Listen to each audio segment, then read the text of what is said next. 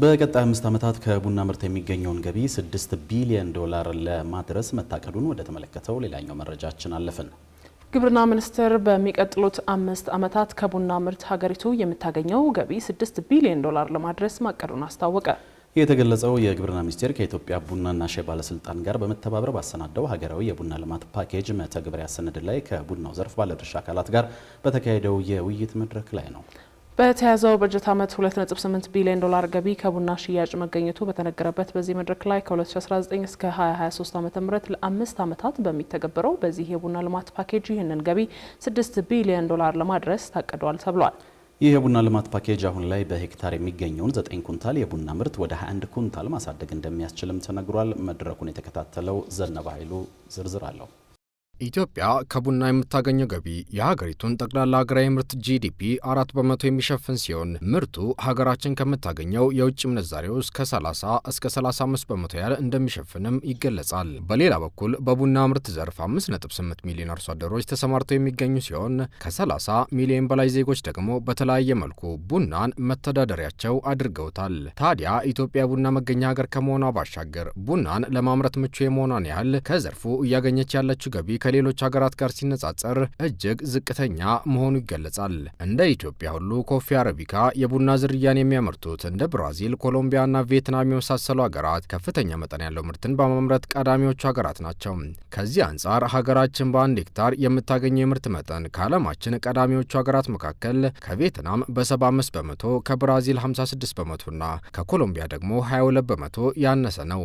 ለዚህም ዋናው ምክንያት በኢትዮጵያ አሁንም ድረስ 95 በመቶ የሚሆነው የቡና ምርት በባህላዊ መንገድ የሚመረት መሆኑ ነው። እንደ ብራዚልና ቪየትናም ያሉ ሀገራት ግን የሜካናይዜሽን ግብርናን በማስፋፋት የተመረጠ የቡና ዘርንና የመስኖ ቴክኖሎጂዎችን በመጠቀም ባለፉት 20 ዓመታት ውስጥ የቡና ምርታቸውን ጥራትና መጠን በከፍተኛ መጠን ማሳደግ ችለዋል። የግብርና ሚኒስቴር ከኢትዮጵያ ቡናና ሻይ ባለስልጣን ጋር በመተባበር ያሰናዳው ሀገራዊ የቡና ልማት ፓኬጅ መተግበሪያ ሰነድም ሀገራችን ከዘርፉ የምታገኘውን ጥቅም ማሳደግን ያለመ ነው። የግብርና ሚኒስቴር በዚህ ፓኬጅ መተግበሪያ ሰነድ ዙሪያ ከባለድርሻ አካላት ጋር ባካሄደው የውይይት መድረክ ላይም ሀገራችን ከቡና ዘርፍ ተገቢውን ጥቅም እንድታገኝ ያስችላታል የተባሉ የጥናት ውጤቶች ይፋ ተደርገው ውይይት ተካሂዶባቸዋል። ያሉን የቡና ተመራማሪዎች፣ ኤቲአይ፣ የግብርና ሚኒስቴር ባልደረቦች በጣም ሰፊ ጊዜ ወስደው የቡናን ምርትና ምርታማነት እንዴት እናሻሽላለን፣ አሁን ካለንበት 8 ኩንታል በሄክታር ወደ 21 ኩንታል በሚቀጥሉት 5 ዓመታት እንዴት መድረስ እንችላለን የሚል ዝርዝር ጥናት ተጠንቶ ጥናቱ መጠናት ብቻ ሳይሆን አርሶ አደሮቻችን ጋር ደርሶ ሰፊ ስልጠና እየተደረገበት ነው። ከዚህ በፊት የነበሩ ፓኬጆቻችንን ስንመለከት 2 ሜትር በ2 ሜትር ስለዚህ በአንድ ሄክታር ላይ 2500 እግር ቡና ነው። ይሄንን ስንመለከት በሰርቬይ ስናደርግ 2500 ሄክታር ማነው እግር ቡና በአንድ ሄክታር ላይ መገኘት አለበት። ነገር ግን ስንመለከት በአቨሬጅ እስካሁን በቡናችን በአንድ ሄክታር ላይ ያለው 1600 እግር ነው። 1600 እግር። ስለዚህ በዚህ ያለ በኢትዮጵያ ውስጥ በጣም ተዝናንቶ የሚኖር መሬት ካለው ይመሻካለ የቡና ማሳ ነው። እንደ ብራዚል ያሉ ሀገራት በሄክታር የሚተክሉት የቡና እግር መጠን ከ4000 እስከ 10000 ተክል እንደሚደርስ በተነገረበት በዚህ መድረክ ላይ የቡና ምርታማነትን ለማሳደግ የተክሉን ጥግግት በ1 ሜትር ርቀት ማድረግ እንደሚገባም ተነግሯል። የቡና ተክልን ጥግግት ከማሻሻል በተጨማሪ በሁሉም አካባቢ መብቀል የሚችሉና ድርቅን በመቋቋም የተሻለ ምርት መስጠት የሚችሉ አዳዲስ የቡና ምርጥ ዘሮችን በምርምር ማውጣት ይገባል ተብሏል። በሌላ በኩል ሌሎች ሀገራት ቡናን በመስኖ ከማልማት ባለፈ ማዳበሪያን በመጠቀም ምርታማነታቸው እያሳደጉ መሆኑን ተከትሎ ሀገራችንም ይህንን መንገድ መከተል ይገባታል ሲባል ሰምተናል።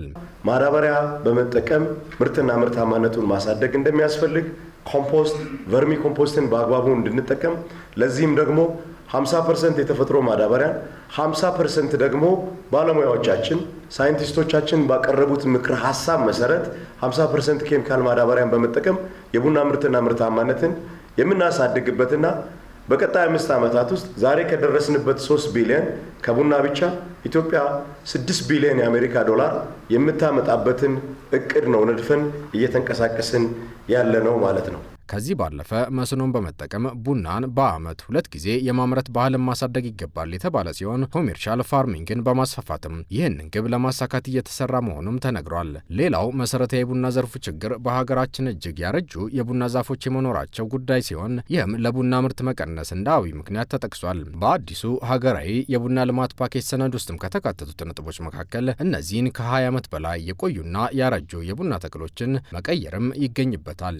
የቡናን እርጅና በተመለከተ የምንወስዳቸው ስትራቴጂካዊ እርምጃዎች ናቸው። አንዱ ጉንደላ ነው። አብዛኛዎቹ ቡናዎቻችን 20 ዓመት በላይ የቆዩና ያረጁ ናቸው በአርሶ አደሮቻችን ማሳ ላይ ያሉት። ከዛም ባለፈ ቅርንጫፎቹ ማኔጅ አይደረጉም፣ ፕሩን አይደረጉም፣ እንዲሁ ተለቀው ነው በተፈጥሮ የሚኖሩት ማለት ነው።